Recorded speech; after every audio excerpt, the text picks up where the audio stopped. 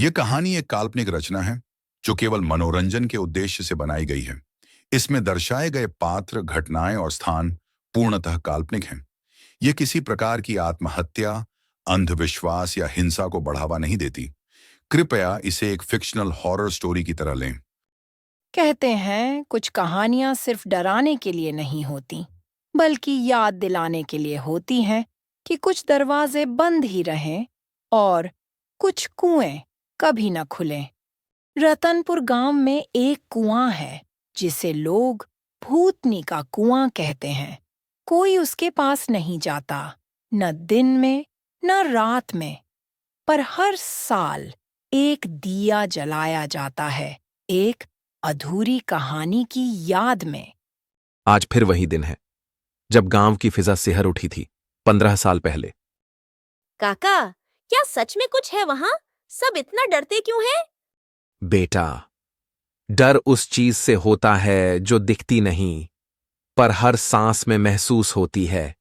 उस कुएं में बसी है कमला, एक अधूरी आत्मा जो हर साल किसी आवाज का इंतजार करती है। 15 साल पहले कमला नाम की लड़की इस गांव में ब्याह कर आई थी। भोली, सुंदर और अपने सपनों से भरी हुई, लेकिन शक करने वाला पति और जलती हुई सांस ने उसकी दुनिया तोड़ दी। कमला कुएं से पानी भरने जाती है, दूर से तानों की आवाजें। मैंने किसी का क्या बिगाड़ा है? तू उस परछाई की तरह है जिससे घर में अंधेरा भर गया। एक रात कमला ने सब कुछ पीछे छोड़ दिया।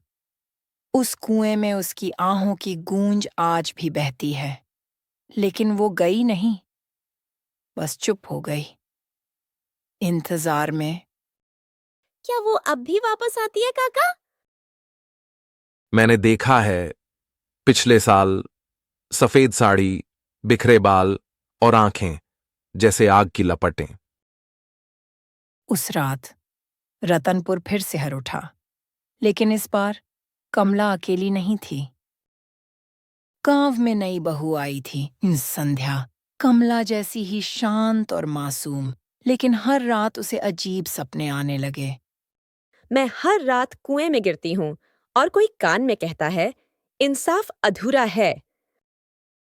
ये सब तुम्हारे मन का वहम है। तुम्हें आराम करना चाहिए। संध्या नींद में चलती हुई कुएं के पास जाती है।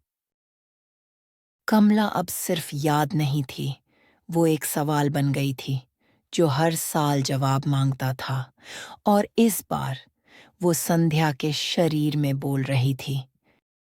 ये उसकी चाल है, वो कुछ कहना चाहती है। मुझे सिर्फ न्याय चाहिए। जिसने मुझे तोड़ा वो अब भी सांस ले रहा है। गांव के बुजुर्ग तांत्रिक को बुलाते हैं।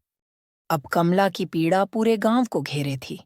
पशु मरने लगे, बच्चे बीमार पड़ने लगे। गांव वाले जुटे उस कुएं को हमेशा के लिए बंद करने। कमला, तुझे चैन चाहिए तो नाम बता जो तेरे साथ अन्याय का कारण बना। मेरी सास, जिसने मुझे तड़पाया, अब मंदिर में देवी बनकर बैठी है। गांव वाले मंदिर की ओर भागे और अगली सुबह वो औरत शांत अवस्था में मिली, मानो किसी बोझ से मुक्त हो गई हो। कमला को उसका जवाब मिल गया। संध्या फिर सामान्य हो गई। गांव में फिर दिए जले और रातें शांत हुईं। पर क्या भूतनी का कुआं अब सुरक्षित था? कभी-कभी